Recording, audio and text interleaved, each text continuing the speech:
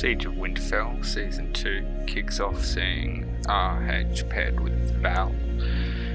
We have a few frenemies and friends from K15 that moved across and joined VAL, sort of merged or were absorbed by them, so it was a bit of a little bit personal. From the start it seemed to be fairly well matched. They had us on numbers but not by a great deal. We know their reputation and that they know how to fight, and they've got some stats, so we knew it wasn't going to be an easy one. But right from the start, Hot Springs and Armory were both just intense fights. As you can see here, it was just, straight into it. And it was really good to see. I've said many times that if a match is too far one way or the other, that you're just not going to enjoy it as much as possible. And so I guess it's hard to judge a event based on a mismatch. If you just totally obliterate an enemy and push them to their base, then of course, it can be a little bit of a boost for your ego, but it's not going to be an altogether fun match. And same goes in vice versa. You're not going to enjoy sitting in your own base for too long. This match was different in that way. It was basically an entire hour of hard fights. They ended up getting the Armory and Hot Springs secured in the initial fight, but even that initial fight took almost 15 minutes. So we had to regroup and push again for the Hot Springs.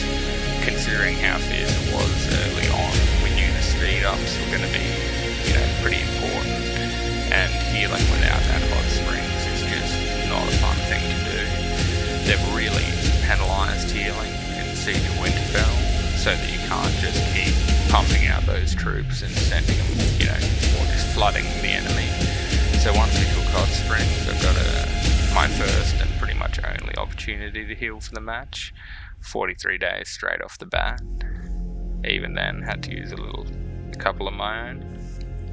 So they'd secured the first resource by this stage. We just wanted to get an outpost done and then head towards the WF, get it locked in for the next respawn. We managed to secure the outpost reasonably easily. It was one of the smaller fights of the day for me. Still, we had to push through. And this is something they did really well throughout the whole match, was while we were occupied getting things done that we really probably needed to do, they took that opportunity to head elsewhere and make sure their points were always, staying a little bit above what we were getting per minute. That's not necessarily the case here. We're getting about 820 for 460, but they headed towards the Greyjoy outpost at this stage to take it, and we had only just retaken it. So then the fight moved to the WF area, and once again things just amped up massively. We managed to get through the northern entryway and to WF itself, grabbed the resource and started heading towards the southwest outpost. The initial force that was on us wasn't so terrible. We seemed to be making pretty good progress.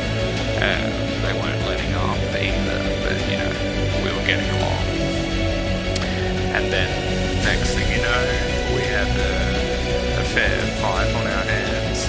I think they'd been southwest looking to take the Greyjoy outpost and then move back up once the resource was being taken. So, again, they were just really on top of them, moving together and being where they needed to be at all times. So it kept the pressure on us almost constantly. And again, it was just brutal. So, we've been in matches against alliances with 80 or so members in the fight. And I think actually in this match with, say, 52 and 59, there was more people in one spot than most other matches we've had. People tend to spread out a bit and don't necessarily focus and get to the spots they need to be in. Whereas this time I think both us and them did that pretty well. guess just those few extra numbers meant they could get a few people to say, for example here, they've already taken the Armory in Springs back and the northeast outpost, and then they've gone down for the Greyjoy in the southeast, and our outpost in the southeast also. So, every time we moved away, they were just on top of it and grabbed another. We did manage to secure that resource, and at this stage, we're about equal in points per minute. That drops off pretty quickly as they secure more while our troops focus on the resource. I don't regret that. I think this match really, in a lot of ways, came down to resource secures. The points that, they scale up, and so if we hadn't got the last one, we would have just been falling more and more behind. In saying that, it was costing us. We really had to focus all our forces there because they were just doing so well together. This time round they had a lot more ready and waiting, and so reclaimed the resource.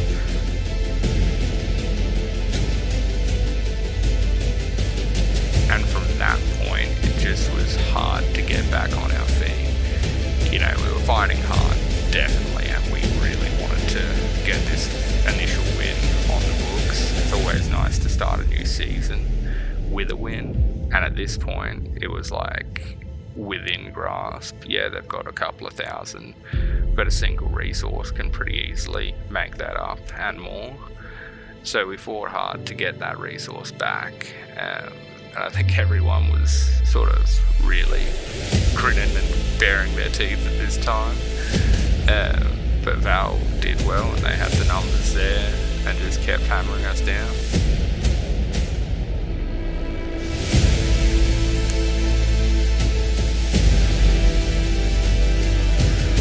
And as you can see, eventually those numbers just started adding up. People have to start resending troops, and every time you resend troops, it takes time to get back up there. So they got their resource to the north and had managed to push us all the way back down to the southern entrance. From there, it was pretty much us fighting an uphill battle. That resource gave us that bit of an extra boost once it comes home. And this is probably, 20 minutes out is probably the closest we came to getting ahead in points, and we didn't quite get there.